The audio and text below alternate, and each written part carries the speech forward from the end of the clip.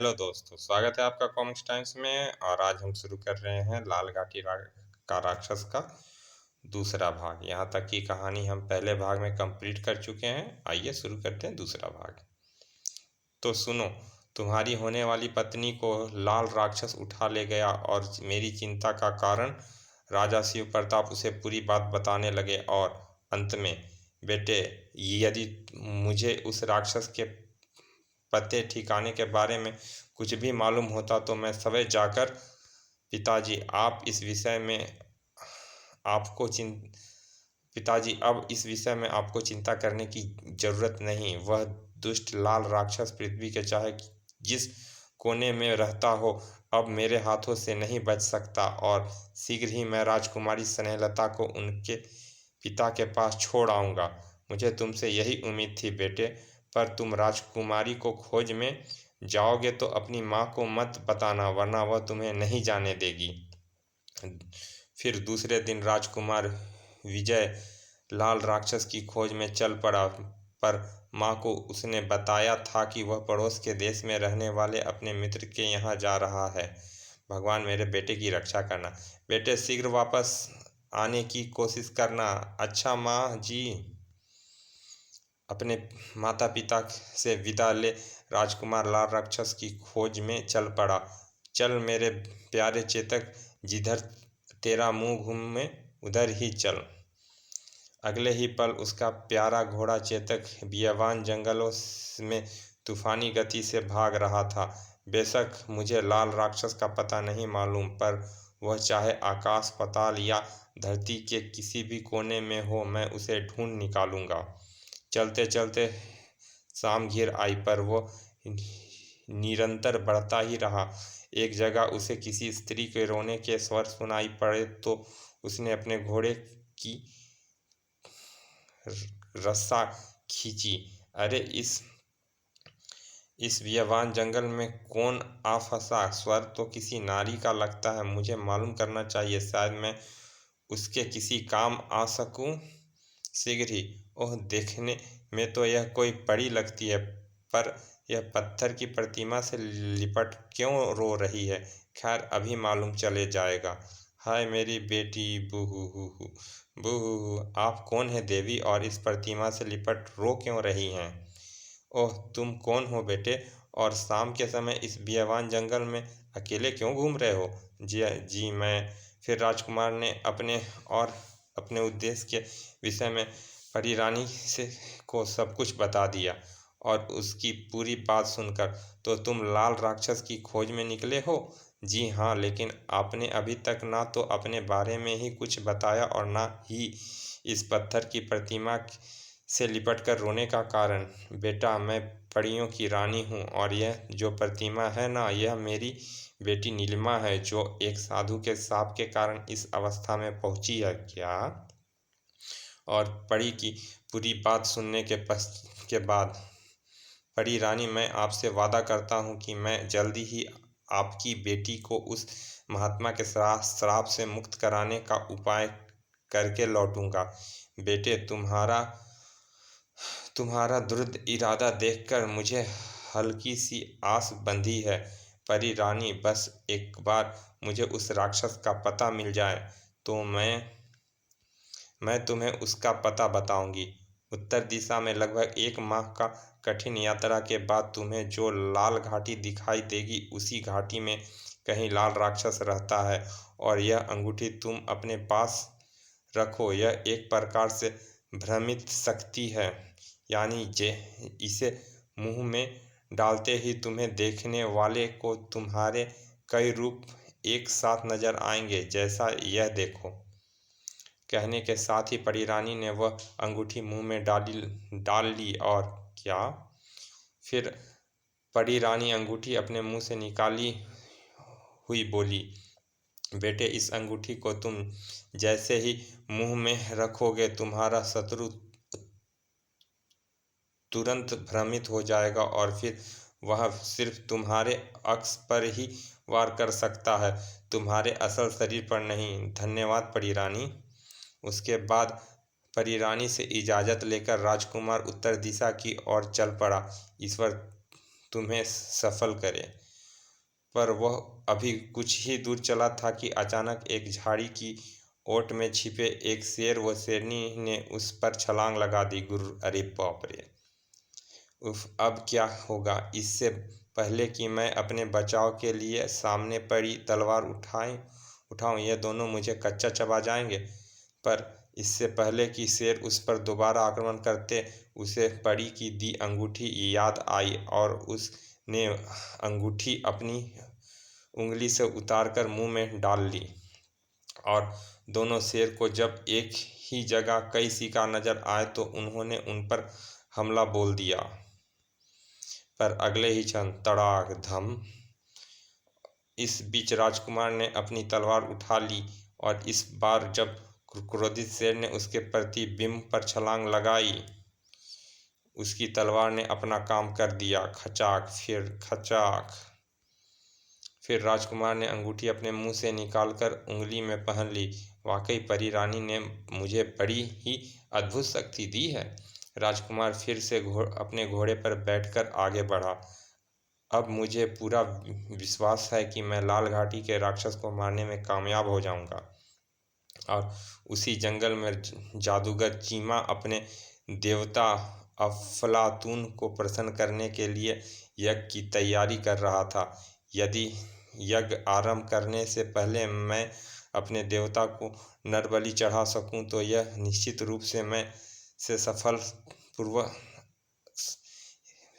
रूप से सफलतापूर्वक संपन्न होगा। अचानक हवा में लटकता सिंह का सिर जमीन पर आ गिरा। और लगता है कोई मनुष्य सिंह रेखा को पार कर इसी ओर आ निकला है। जादूगर तुरंत अपने जादुई गोले की ओर बढ़ा। फिर, ए मेरे जादुई गोले, मुझे इस जंगल में प्रवेश करते मनुष्य और उसके उद्देश्य से परिचित करा। अगले ही पल, वाकई परी रानी की दी हुई अंगूठी बड़ी चमत्कारी है। उसकी मदद से मैं लाल घाटी के राक्षस को मारने में जरूर सफल होऊंगा। तो इसका मतलब इस युवक के पास चमत्कारी अंगूठी है, वे भी ऐसी जिसके बल पर यह लाल राक्षस को मारने निकला है। तो भला अंगूठी उसके पास रहने में उसकी बलि अपने देवता को कैसे चढ़ा पाऊंगा? क्यों ना मैं छल से अंगूठी उससे ले लूं और फिर मैं आसानी से इसकी बलि अपने देवता को चढ़ा सकूंगा और बैठे बिठाए मुझे चमत्कारी अंगूठी भी मिल जाएगी। इसी के साथ जादूगर एक साधारण ग्रामीण युवक के वेश में अपनी गुफा से निकल पड़ा।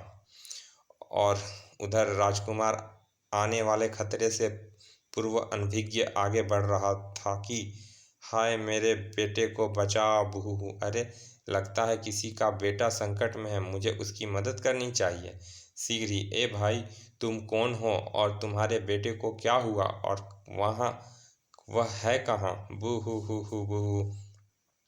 मेरा नाम माता दीन है। मैं एक गरीब किसान हूँ। मेरे बेटे को जादूगर चीमा उठा ले गया है, शायद उसकी बलि देने के लिए। कृपया मेरे बेटे को बचा ले। बहू, रो मत भाई, तुम मुझे उस जादूगर का पता बताओ, मैं अभी उसे मारकर तुम्हारे बेटे को छुड़वा कर लाता हूँ। जादूगर उस सामने वाली घाटी में कहीं रहता है, पर सुनो, उस जादूगर से मेरे बेटे को छुड़ाकर लाने में तुम्हारे प्राण खतरे में पड़ सकते हैं। तुम मेरी फिक्र मत करो, जब तक यह अंगूठी मेरे पास है वह दुष्ट मेरा कुछ नहीं बिगाड़ सकता। अंगूठी, पर यह मामूली अंगूठी उस जादूगर के जादू के सामने क्या कर सकती है? यह कोई साधारण अंगूठी नहीं, बल्कि यह परी की दी हुई चमत्कारी। राजकुमार ने उसे अंगूठी की विशेषता बता दी। अच्छा, पर मुझे विश्वास नहीं होता कि यह अंगूठी इतनी चमत्कारी है।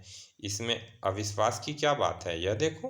कहने के साथ ही राजकुमार ने अंगूठी अपने मुंह में डाल लिया। वाकई आश्चर्यजनक है यह अंगूठी। अब मैं हर हाल में इस अंगूठी को इससे प्राप्त करके रहूंगा। जब राजकुमार अंगूठी मुंह से निकालकर अपनी उंगली में पहनने ही जा रहा था कि ए अच्छे युवक, क्या मैं इस चमत्कारी अंगूठी के दर्शन कर सकता हूँ? क्यों नहीं, ये लो। और अगले ही पल अंगूठी जादूगर के मुंह में थी। हा हा हा हा हा हा! ओ भाई, वह अंगूठी मुझे वापस कर दो ताकि मैं जल्दी से जाकर तुम्हारे पुत्र को आज़ाद करा सकूं। सुन मूर्ख, मैं ही जादूगर चीमा हूँ और मुझे तुम्हारे पास मौजूद इस चमत्कारी अंगूठी का पहले से ही ज्ञान था और इस अंगूठी को प्राप्त करने के लिए ही मैंने यह सब नाटक खेला था। कहने के साथ ही वह असली रूप में आ गया। ठहर विश्वासघाती, मैं तुझे जिंदा नहीं छोड़ूंगा। राजकुमार पल भर के लिए अपनी विवेक खो बैठा था। साय साय हा हा हा हा। भ्रमित हो राजकुमार के प्रतिबिंब जादू सॉरी भ्रमित हो जादूगर के प्रतिबिंब पर वार करने लगा। पर अगले ही पल जैसे उसके मस्तिष्क में धमाका हुआ। यह क्या बेवकूफ़ी कर रहा है तू? क्या इस अंगूठी की विशेषता भूल गया? ओह, मुझे जोश में नहीं, बुद्धि और विवेक से काम लेना चाहिए। मुझे इस दुष्ट की प्रत्येक प्रतिक्रिया पर नज़र रखनी चाहिए। जबकि जादूगर चीमा कुछ और ही सोच रहा था। मुझे अब इस युवक को किसी तरह अपनी गुफा में ले चलना चाहिए ताकि यज्ञ आरंभ करने से पहले मैं अपने देवता को इसकी बलि चढ़ा सकूं और फिर राजकुमार पर वार कर उसे बेहोश करने के इरादे से जादूगर पास ही पड़ी किसी वृक्ष की एक शाख उठाने के लिए झुका तो अरे यह जादूगर झुक क्यों रहा है? आखिर यह करना क्या चाहता है? तभी उसकी दृष्टि असली जादूगर पर पड़ी, जिसका एक हाथ जमीन पर पड़ी वृक्ष की शाखा की ओर बढ़ रहा था। ओह, तो असली जादूगर यही है, क्योंकि वृक्ष की शाखा को असली जादूगर का ही हाथ उठा सकता है, कोई प्रतिबिंब नहीं। इससे पहले कि यह उस शाखा को उठा ले, मुझे किसी हाथ का निशाना बनाकर वार करना चाहिए। फिर खचाक नहीं, और जादूगर चीमा की चीख के साथ ही अंगूठी उसके मुंह से निकल गिर गई, जिसे राजकुमार ने झपट उठा लिया। फिर वह जादूगर की ओर बढ़ा और अगले ही क्षण खचाक, ले दुष्ट, खचाक, हाय मैं मरा। जादूगर की गर्दन उसके धड़ से अलग हो गई। बिना सोचे समझे किसी की मदद करना भी मूर्खता है। राजकुमार विजय एक बार फिर अपनी मंजिल की ओर चल दिया। निरंतर यात्रा करने के फलस्वरूप वह सामने जो लाल घाटी दिखाई पड़ रहा है, वहीं कहीं उस लाल राक्षस का ठिकाना होना चाहिए। परी रानी ने ऐसा ही कहा था। फिर राजकुमार उस लाल घाटी की तरफ बढ़ा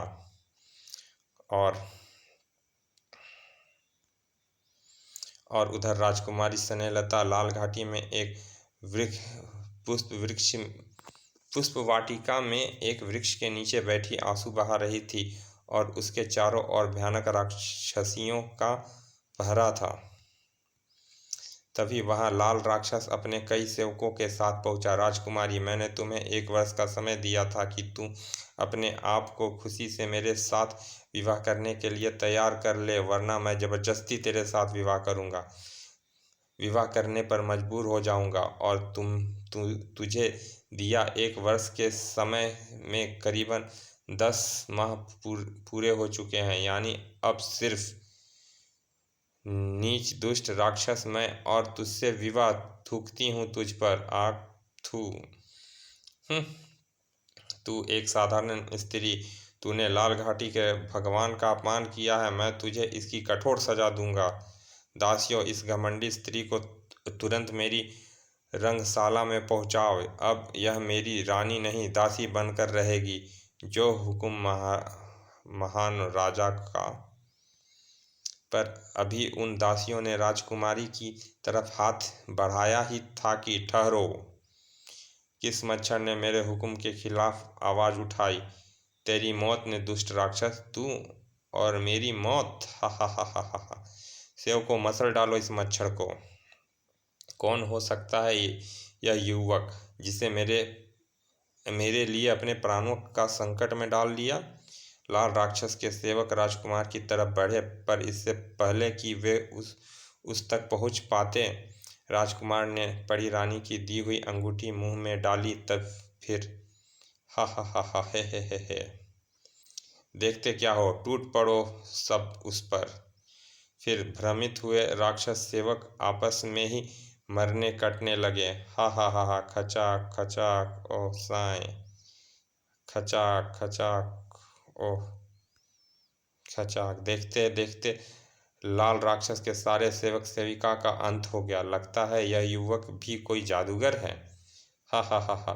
और यह सब देख लाल राक्षस एक और भागा। भागो, पर भागता कहाँ है दुष्ट, यह ले खचाक।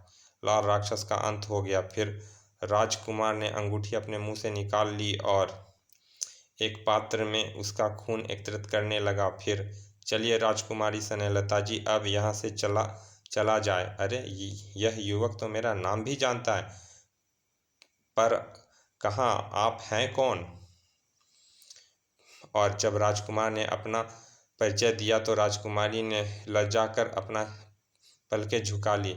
अरे यह तो मेरे भावी पति परमेश्वर हैं। वाह, कितने सुंदर और बहादुर हैं। मेरा तो जीवन सफल हो गया।